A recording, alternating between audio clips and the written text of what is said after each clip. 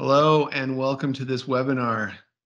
I'm guessing we'll have a few more folks joining us here shortly, but we'll go ahead and get off to a slow start and we'll find our groove here. My name is Christian Nielson. I'm part of the leadership team here at DecisionWise. I'm joined by Matt Wride, who is the president of DecisionWise. Yeah, it's good to be with you.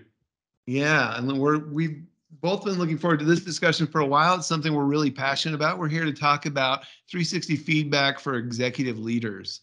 So excited for the conversation. We'll also be monitoring the chat throughout our conversation, looking for questions or comments from the group.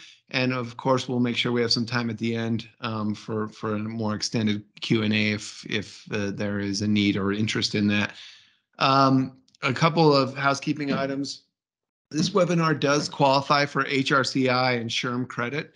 So for those who stay throughout the entire presentation, we'll receive an email with information about how to access that credit. So appreciate everyone attending and joining in on this conversation. All right, let's get the ball rolling. Where we're headed today, and we've kind of got a loose agenda. We're going to keep this a bit conversational, but we want to talk a little bit about why executives need feedback. We'll consider the unique needs of feedback for executive audiences, and then we'll walk through how you build the program the right way for executive leaders before, during, and after, and then of course we'll close with some Q&A. I think we've got some quotes to kind of prime the conversation here about feedback. So let's look at a couple of these. This is one I've always loved. The greatest deception men suffer is from their own opinions. We live in a world inside our own minds and our own opinions, and we'll talk about how executives especially could become susceptible to this. Keep ignoring feedback and life will keep teaching you the same lesson. I think this is a quote Matt and I recently heard together from James Clear, the author of Atomic Habits and someone who we follow and are fans of. But this certainly rings true. Until you make the unconscious conscious, it will direct your life and you will call it fate. 360 and what we're here to talk about is really to help make that unconscious conscious so that we're aware of maybe some of our default settings and how other people experience us. All right, and Matt, do you want to speak to this slide just about, we're going to talk a lot about feedback, but what is feedback? How is it different than some of the other terms we might hear thrown around? Yeah, it's important to realize that feedback is not the same thing as commentary. And if you're sitting down with somebody and you're just generally talking to them about their performance, we may think we're giving feedback, but we just might be giving some tips or some suggestions, guidance. But feedback in the way we use it, and particularly in the context of a 360-degree assessment, feedback is different because it's purposeful. We're sitting down with the intent to give feedback. It's contextual. We work with this person. We're going to have behavioral statements in the 360 that we're going to talk about and have a conversation around. It's knowledgeable because those that have, if the 360 is well set up, those that are participating and are acting as raters have experience with the participant. They know the leader, and they're able to give some insights. And then finally, it's organized. So I like to think of feedback as something different than just your general, hey, try this, or why don't you consider this? Feedback is a process. And so sometimes I'll refer to it as feedback with a capital F. But it's important to realize that we're dealing with feedback, not just general commentary.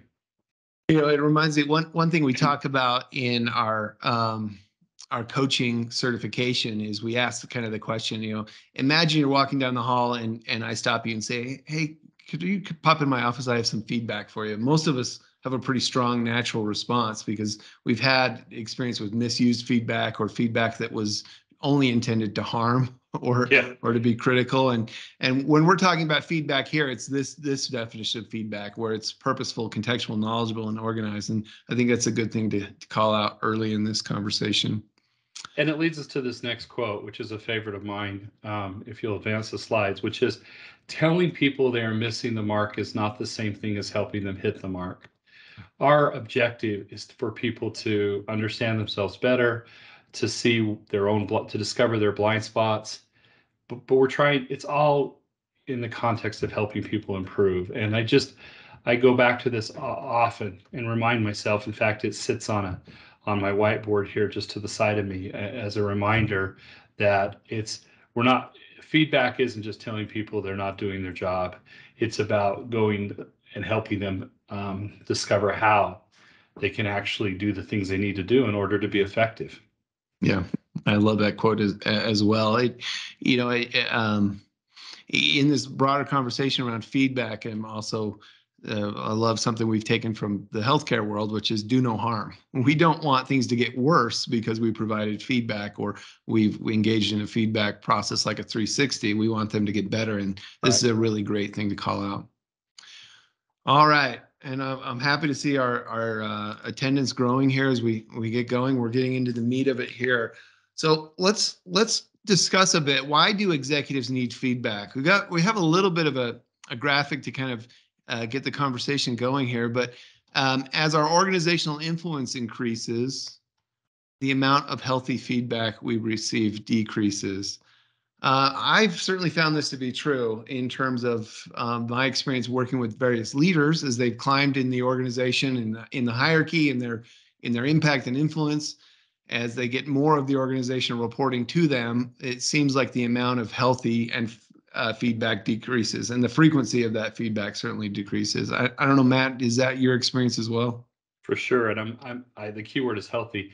I don't know if you've been following the Elon Musk tweets, right, in the news, and it's this bro culture, and it's like you're awesome, no, you're awesome, and that happens. I mean, we're afraid to give feedback that might, offend somebody higher above us or has power over us, and so it's all sort of great job, you're the best, and that's the power of a 360 is it gives us a confidential way for participants to let leaders know that, wait a second, you're not everything you think you are. And so again, the keyword is healthy.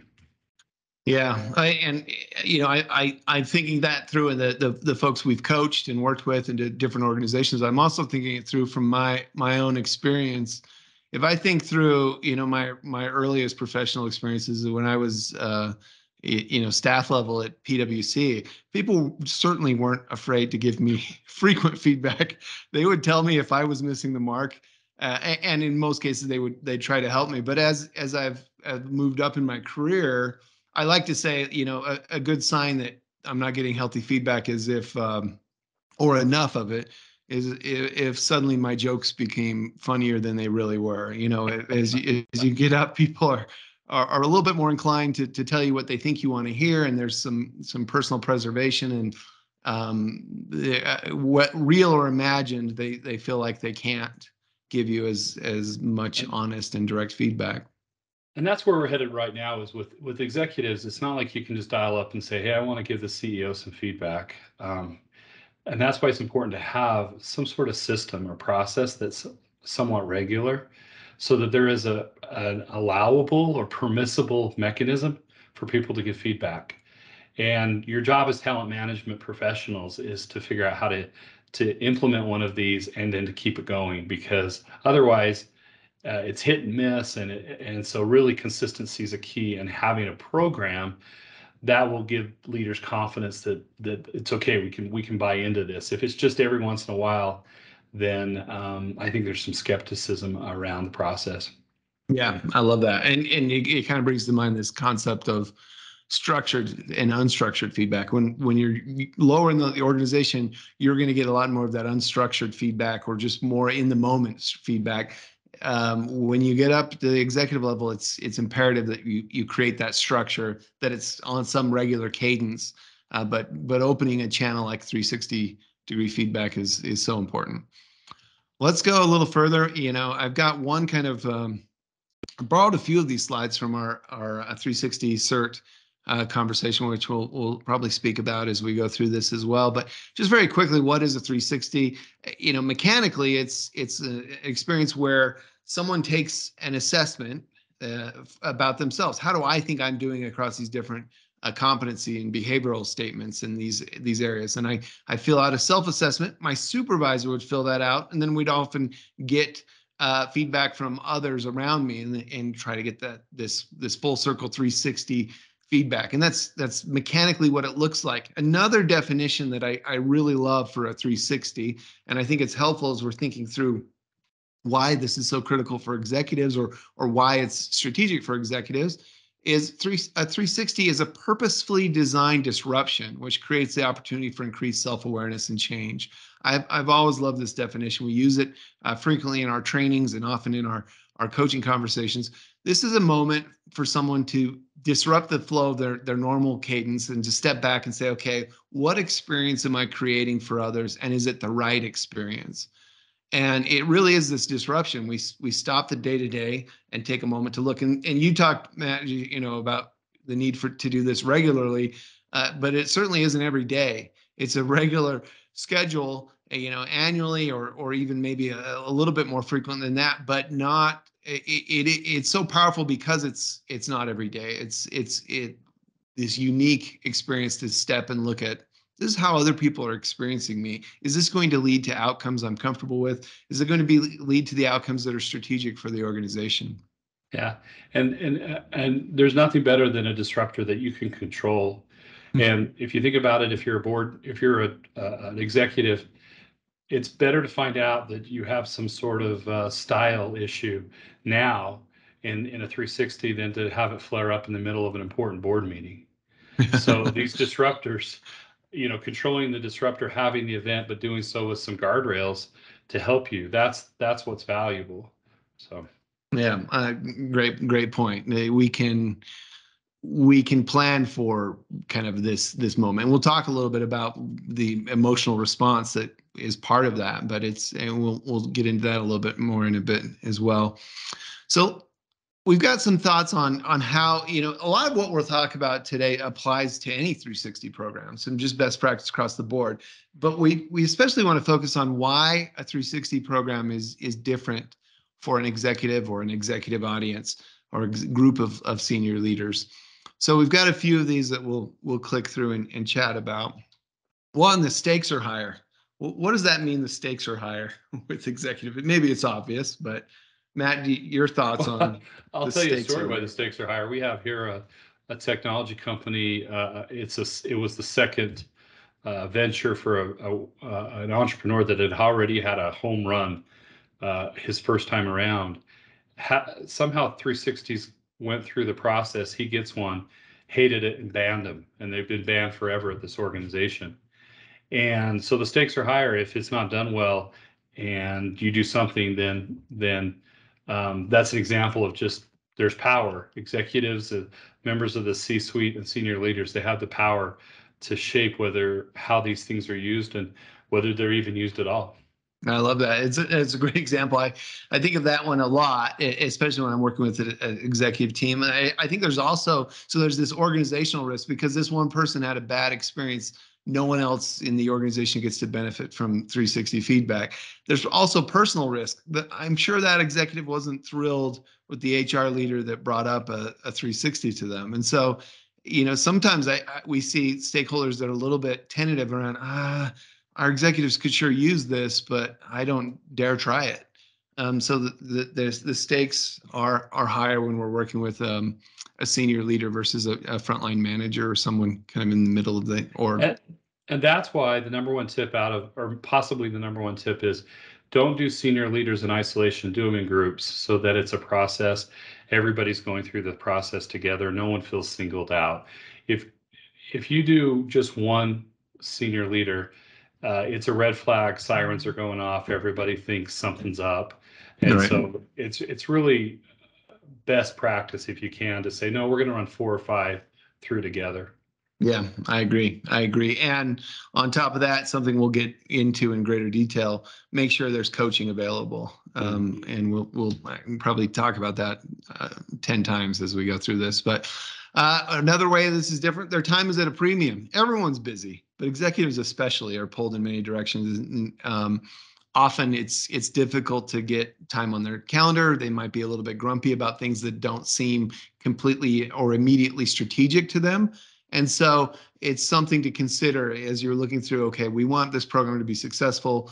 Time is at a very premium when we're dealing at executive levels. We need to be sensitive to that and articulate a real clear case for why we're doing this very quickly and immediately in the process. It's often not their first rodeo. We're here in the West where rodeos are a thing. So hopefully this phrase resonates. But many times I'll work with an executive and they're like, oh, I've done a 360 before. And that can be a great thing if they've had a good experience in the past, or it can be a challenge if they, had a bad experience. And are kind of closed off to the experience here. In most cases, I see there's a level of executive polish. They're used to feedback. They're able to engage in the process, but certainly not always. It's also helpful that those of us, as talent management professionals, we help leaders understand this isn't like a psychometric assessment where you take it and it's often the same every time you take it.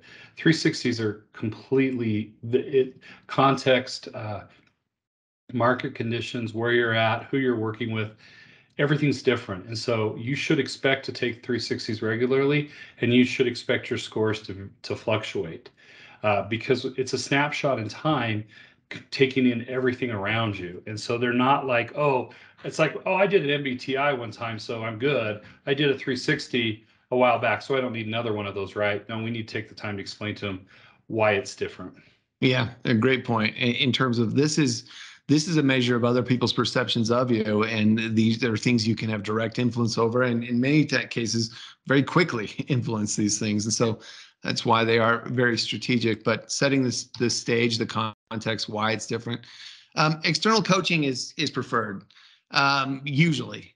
In part of that's the stakes are high.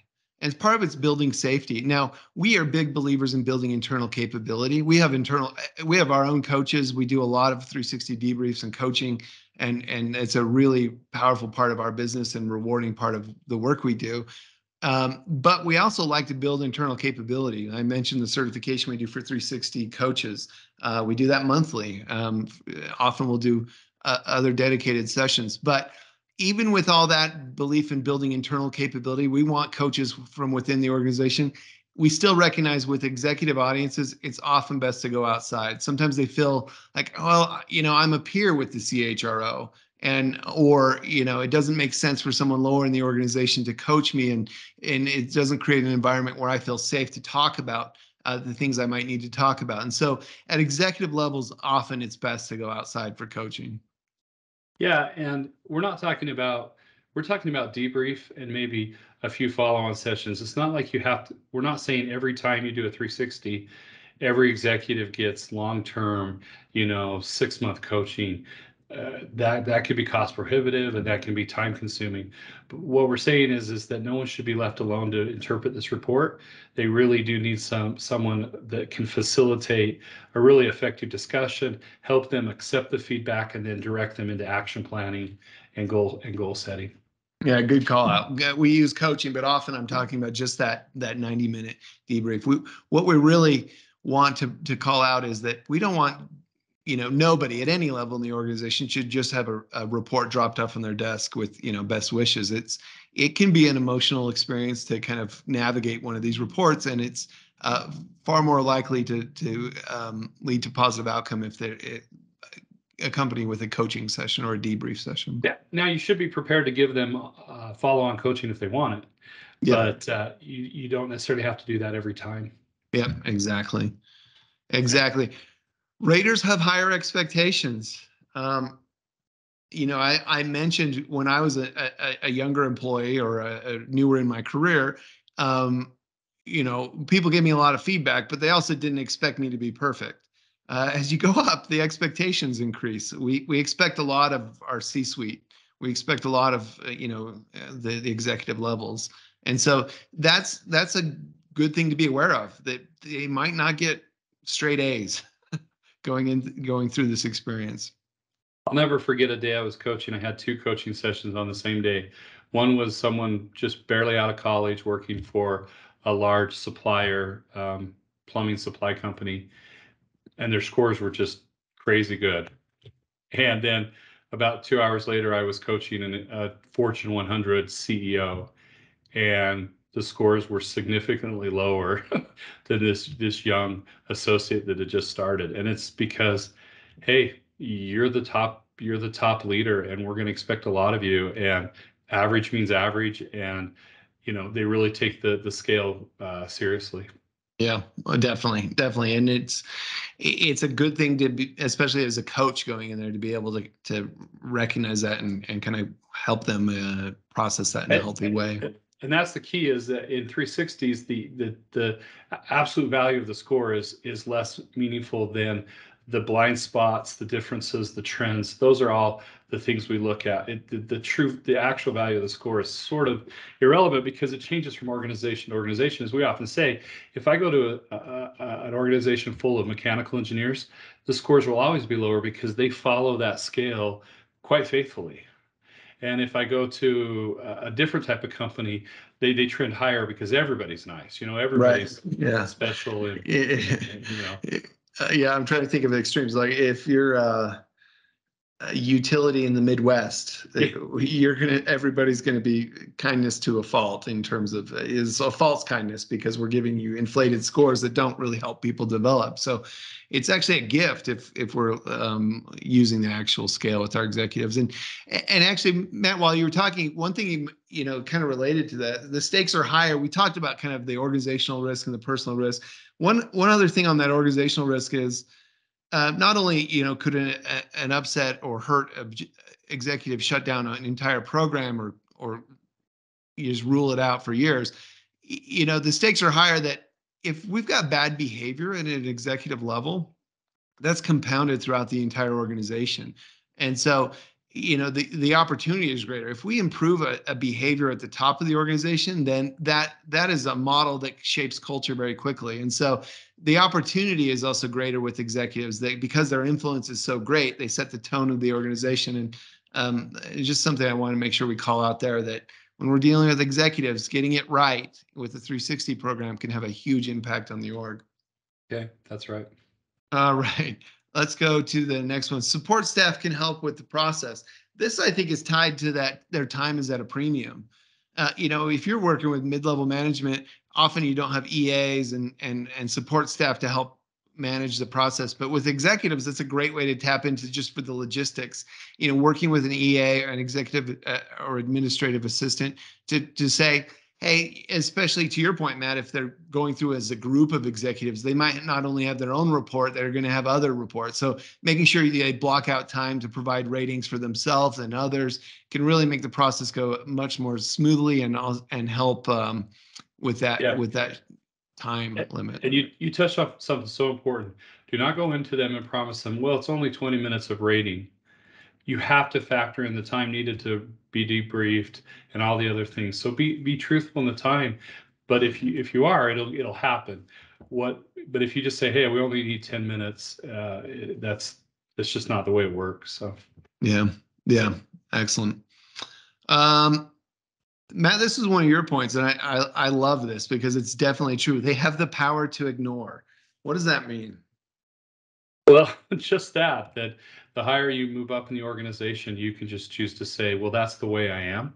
If I had $1 for every time I've heard a leader say that, I could take the whole group of us to lunch. So they have the power to ignore, and that's why it's vital to pair this with coaching. That the number one tool you have to counteract that tendency is coaching. A good coach that can say, wait a second, has this the first time you've ever heard this, or right? What other evidence is there out there that this is happening? And a good coach can guide that person to sort of an acceptance of the feedback, rather than, oh, that's just how I am and they need to deal with it. Well, no, I love, Christian, what you always say. What experience am I creating right now for my team? Well, there's no better way to understand that than a 360. And the experience you create for others matters, and it's a reflection of how well your team will do, but then the overall organization. It's vital that people don't ignore their feedback. I love that. My another coaching question I love around that is, what's the risk if we keep on believing, yeah, that's the way you are, and we don't change anything? What are we possibly risking with that? And as well as we try to connect what we're doing in the 360 to an organizational goal. What are you trying to accomplish? And is this going to, if you ignore this, are you going to be able to accomplish that? And this, Matt, I think is related a bit to that Raiders have high expectations. Yeah, we got it covered that already. Got it. All right, let's talk about building the right program. And so we've heard a little bit of executives need feedback. They're working with 360s with executives. There's some nuances. There's some big differences. Let's talk about building the right program. We'll keep it simple. Before, during, and after. How do we build a good program for executive leaders? So before, we want to make sure we're preparing for success. It's really hard to undo things at the back end of a program like this if you didn't set it up right from the beginning. And you can avoid a lot of pain just by beginning with the end in mind.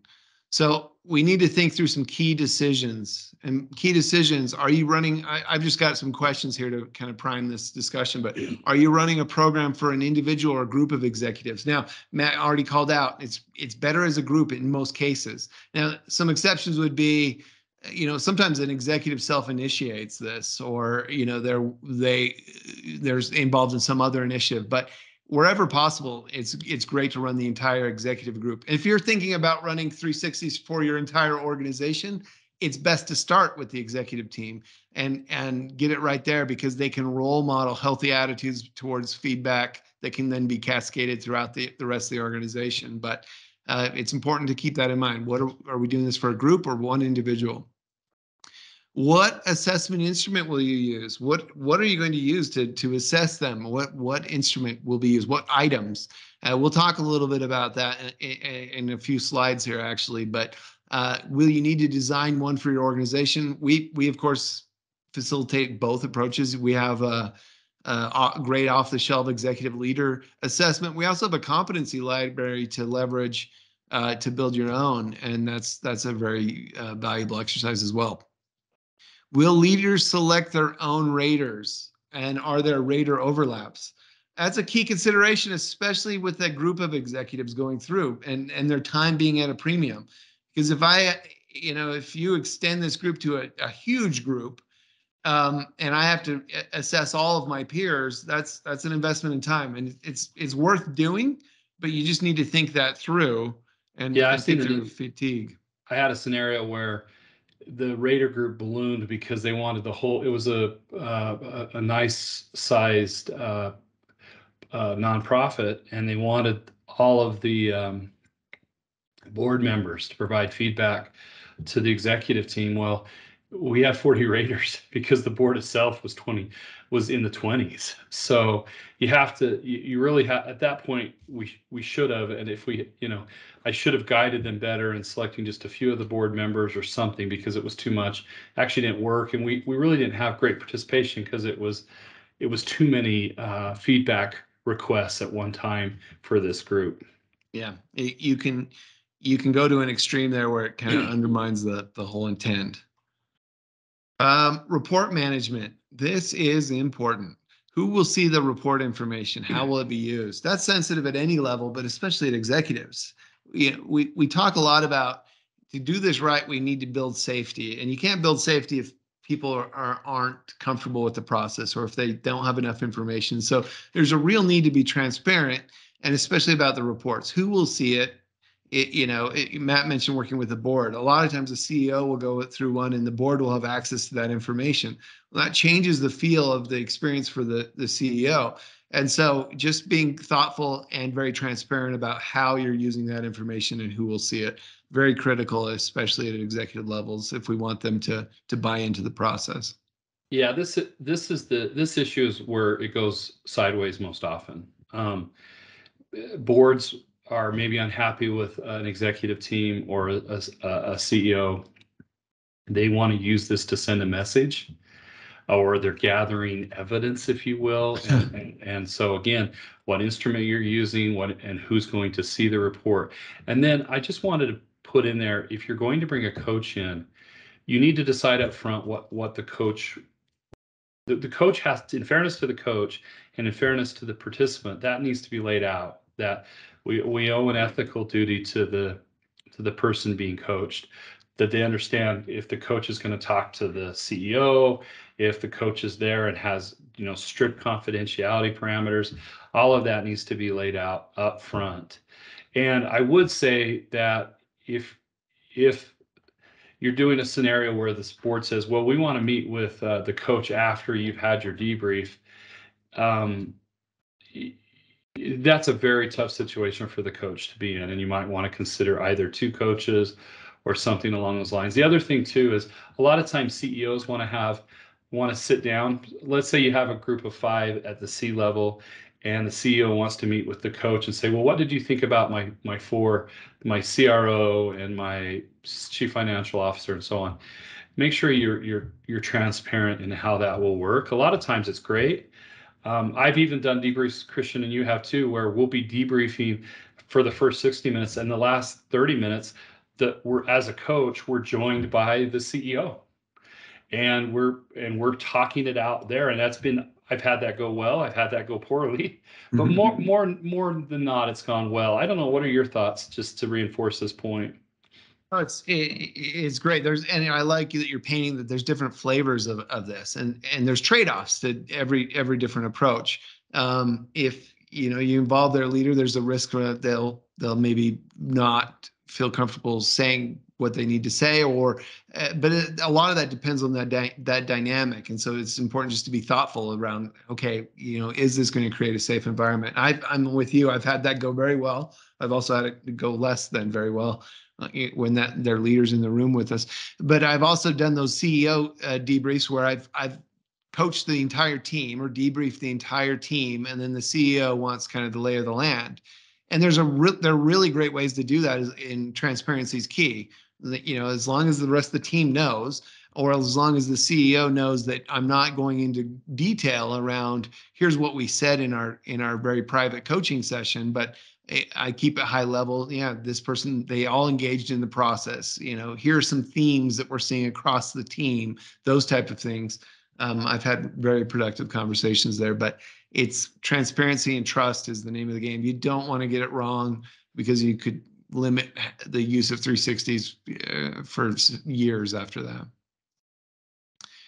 Debriefing and coaching, we've talked a lot about this, but that's something to consider. Who's going to debrief these coaches, or these executives rather? Do you have this capability in-house? Again, at the executive level, that's when it makes the most sense to go outside.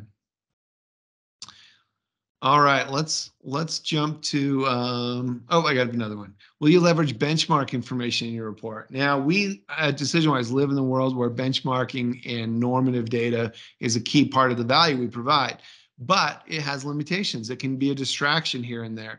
If you have a customer assessment, you're not leveraging our library or something like that, then benchmarking might not be an option. But certainly in our executive report, if you use the off-the-shelf report, or modify that, or build something from our library, you're going to have that option to add benchmarks. And you want to be thoughtful around, is this going to add to the discovery or potentially distract? With executives, I like to include it. And what I like to do even more, to Matt's point, is to build a norm for that executive team.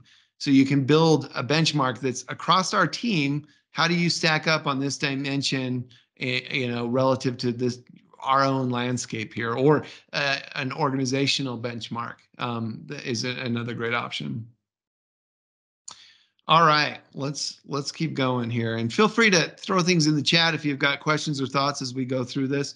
Thinking through that assessment, we've got this little graphic here that hopefully just animated a bit. But assessing executives it's a bit different than assessing the rest of your leadership population, because as you move up, your role becomes much more focused on strategic areas, and we want to weight the assessment that way versus tactical areas. And so we're talking about things that are more big picture around vision and direction of the organization, and the key capabilities required to lead at that level in the organization versus, you've got some very in the weeds tactical skill. We're kind of assuming that's in place if you've got to this point in your career, and we're focusing on some of these bigger picture items in an assessment for an executive. So another way that's different. And also, too, executives tend to be more people focused. They're telling stories, they're building buy-in, they're culture builders. And so you can consider that as well. It tends to lean that way. So again, a one-size-fit-all assessment doesn't always work well with executives, and really taking the time to build a custom assessment is probably a good idea. Yeah, definitely. So a couple other thoughts for preparing for success. No, you want to prepare the participants. You don't want to go to the executive. Oh, by the way, your 360 starts right now.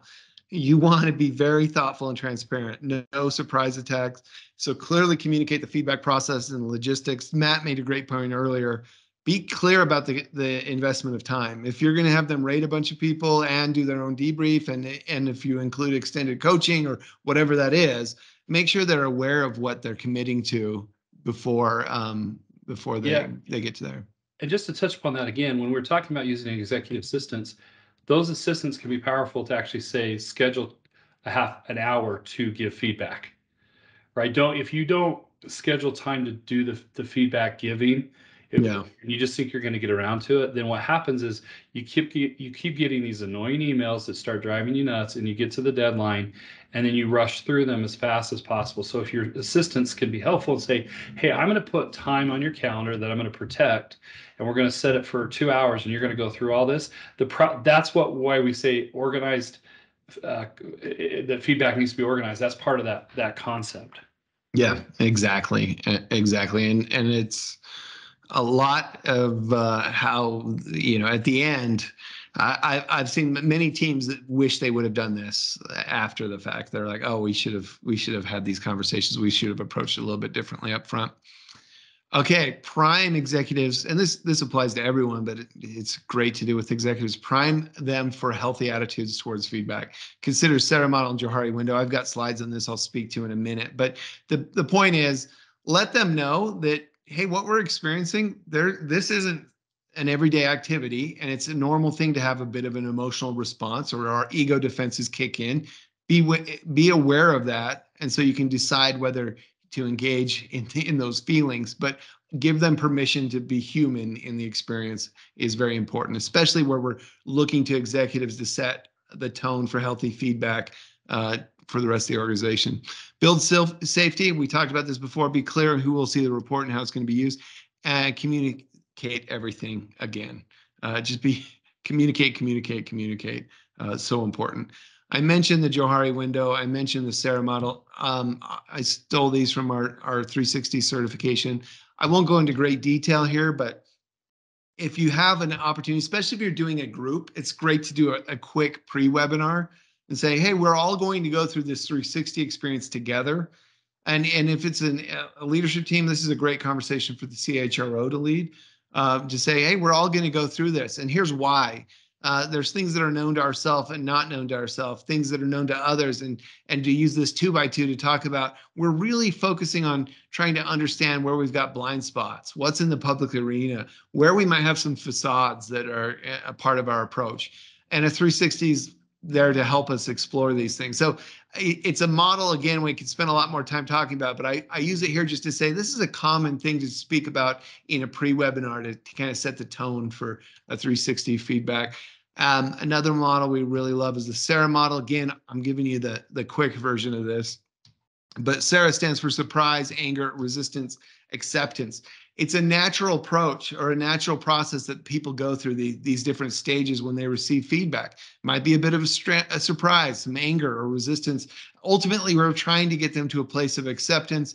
And even though it's a bit cheesy, there is a Sarah with an H model, which is hope at the end. We don't want them just to accept the feedback. We want them to be hopeful and optimistic, and dare I say, excited about what's possible now that they've received this feedback. But a lot of us have to go through these phases first. And so what's helpful, especially your coaches will thank you later, if you introduce this concept early in the process, then the coach can use some of this language in the debrief, and it can be a tool that's already been introduced and help them manage those emotions in there. But it's great to say, It's natural. I'll tell you all now, when I receive my own report, and I live in the world of feedback all day long, when I receive my report, I still go through this. Oh, I'm surprised at that. And it might be just a split second. It might take me a few days to process it, depending on the feedback. But just having some language to provide can make the process a little bit more easy to digest. All right. So those are some guidelines for the before, setting up a successful program. Let's talk about during. And things should run smoothly. Hopefully that's not a groundbreaking concept for you. We always want things to run smoothly, but especially when our executives are involved, not only because their time is limited, but their influence is up, and they're can be a little bit, dare I say, grumpy for things that don't go as well as they should, and understandably so. We want to make sure their time's used wisely. So let's talk about this. We want the whole process to be run as smooth and as clean as possible.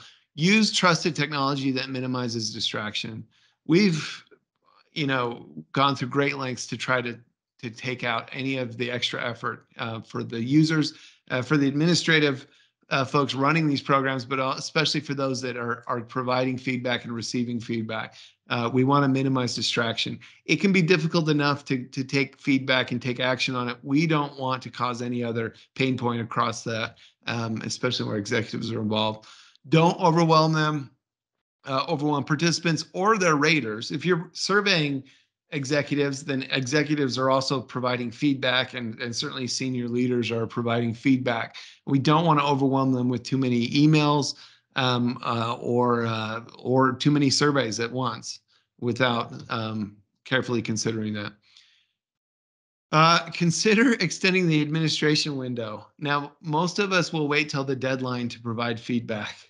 Now, it helps if the EA or the administrative team is helping to schedule those windows for them to provide feedback. But just recognize when you're building out your timelines, you may need to extend the administration window a bit longer than normal if executives are unable to give their feedback soon enough.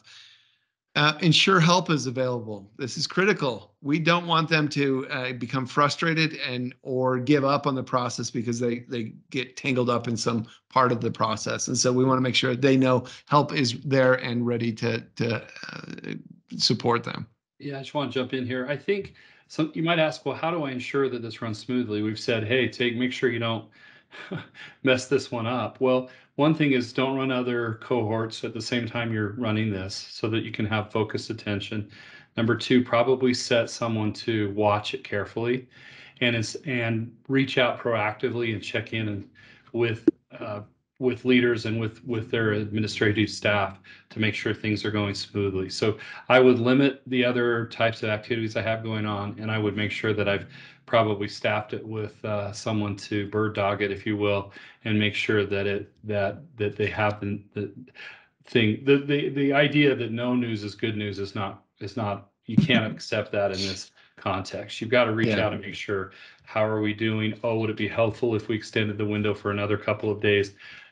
Those will go a long way in helping us run smoothly. Yeah, I think that's well said. Be proactive with the help than no news is good news or waiting for sirens to go off. That's a really great way to say that. Use groups or cohorts. We've talked a lot about that. It's great for these executives to run them through a team versus making anybody feel singled out.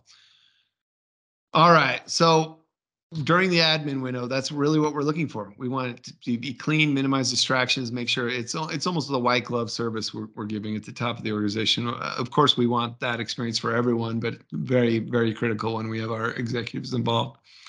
All right, let's talk after the survey's been run, or the assessment rather has been run. We want to support success. That's the name of the game. We want to help them get the most out of this experience. Ensure executives have the support they need following this. As I mentioned, they shouldn't be trying to process their feedback in a vacuum. Send them the report 24 hours before their debrief meeting. This is a universal practice for anyone receiving a report, universal best practice. We don't want to give them the report a week before they have a debrief, certainly not a month before they have their debrief, they can take it to some strange places. And by they, I mean we as human beings can take feedback to some strange places if we don't have a skilled guide to help us process that information. Now, you want to give it to them before the session, but not right before.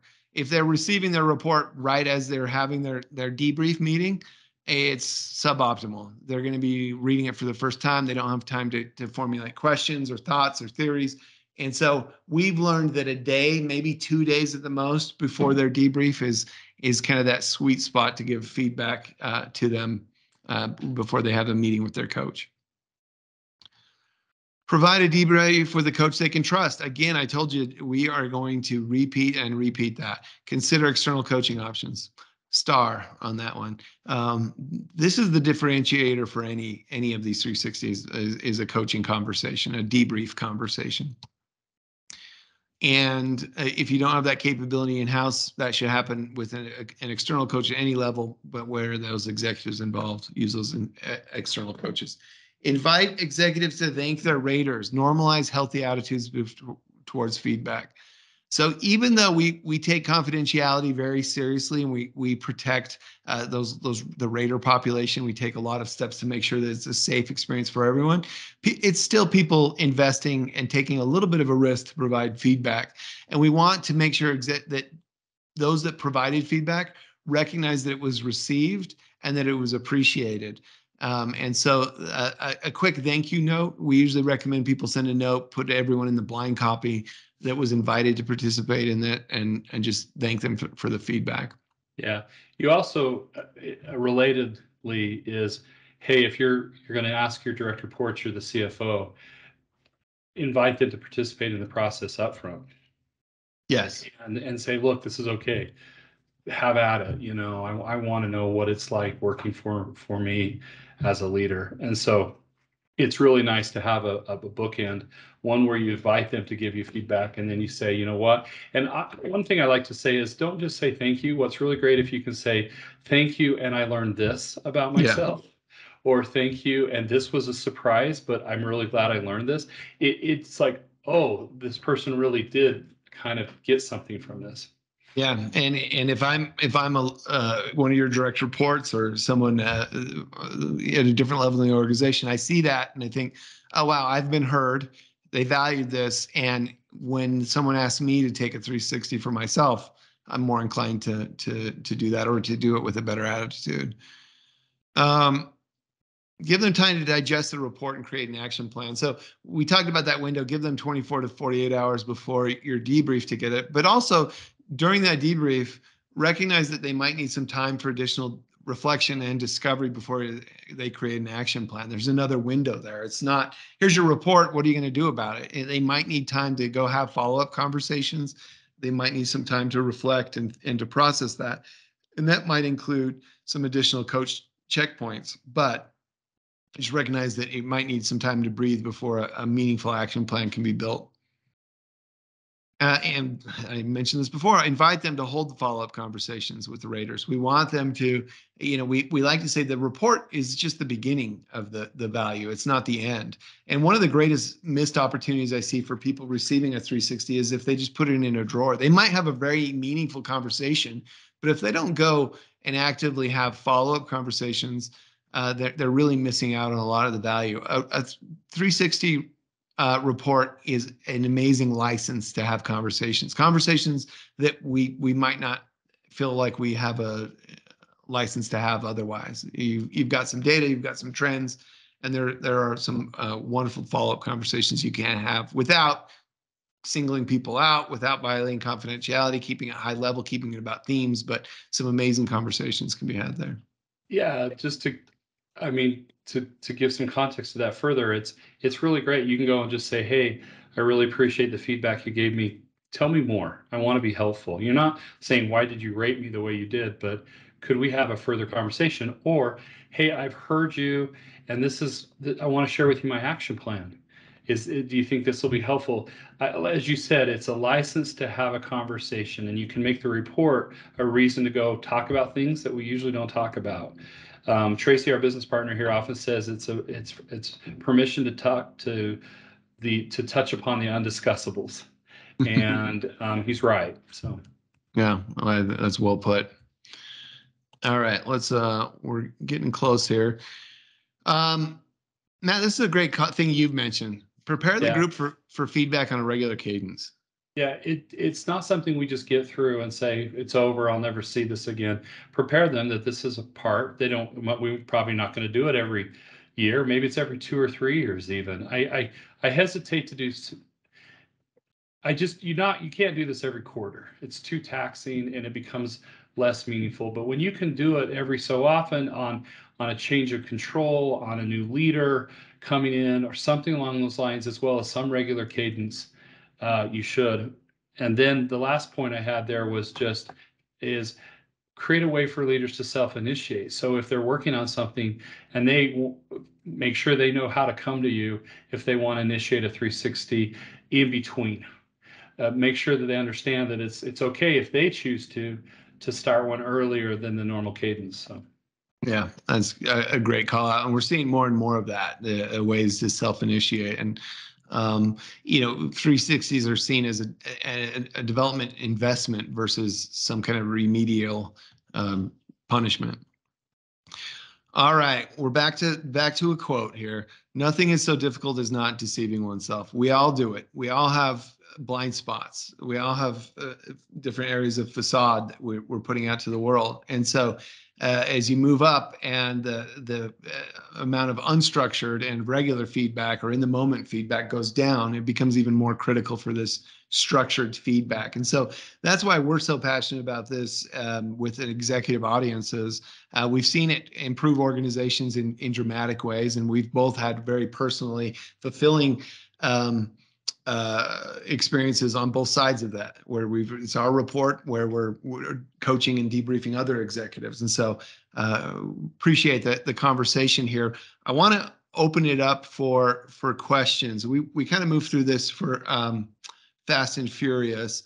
I'm just one last point I want to make, just to get it in there too. If you have a C-suite going through and the CEO is participating, the CEO needs some accountability too. So whether that's to a board or something, a founder,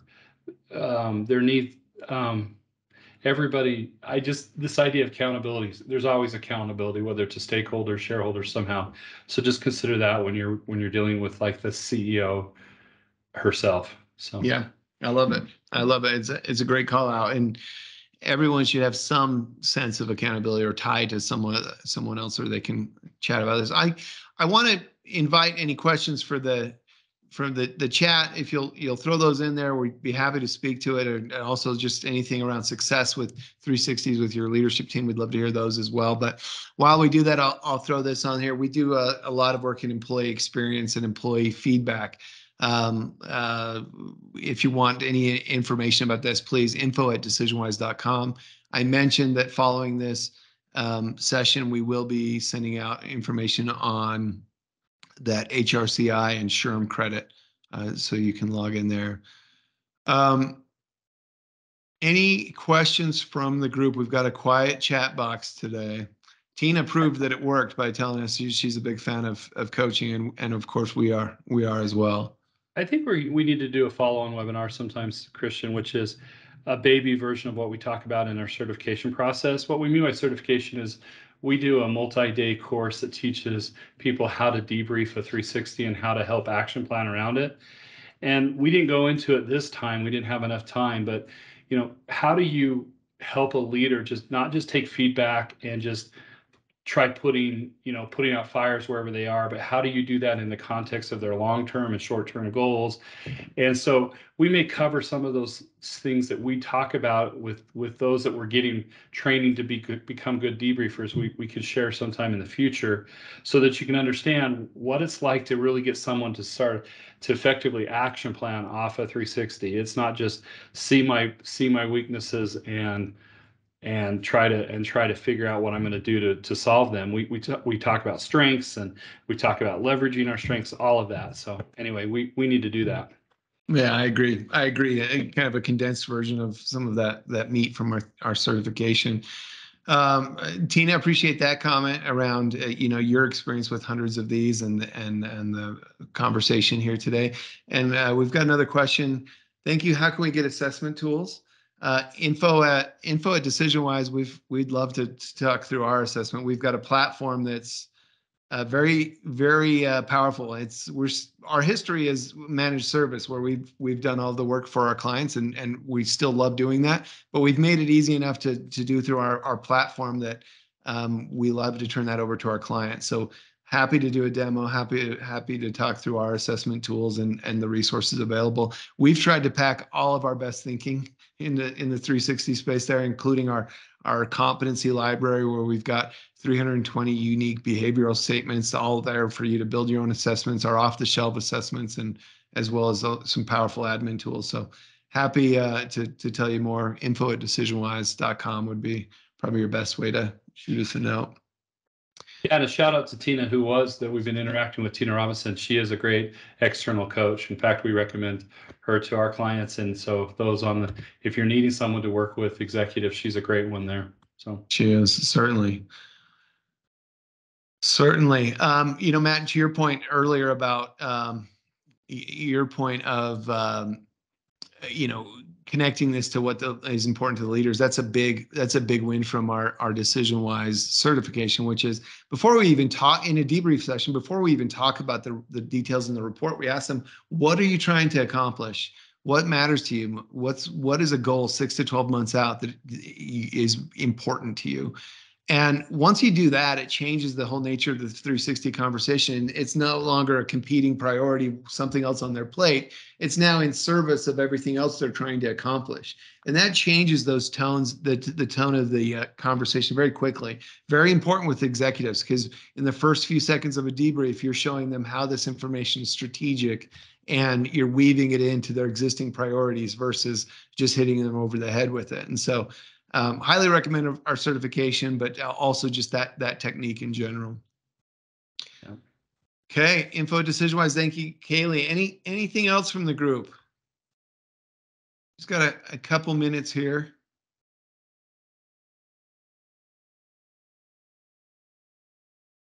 All right, I will say that another conversation that often comes up with these 360s is this for development or performance? Typically, it is going to be for development at this level, but if we would love to, and you'll very soon hear us having more of these performance-based multi-rater conversations, because getting rater feedback as part of a performance conversation is very important. Now, there's some nuanced differences that we'll certainly get into in a future webinar, but most of these developmental instruments are different than the performance conversation, but certainly a lot of power there as well. Well, appreciate everyone's attendance today. As I mentioned, you'll see some follow-up emails from our organization here soon. If there's nothing else, we'll end a couple minutes early. And thank you, Matt. Appreciate engaging in the dialogue with you.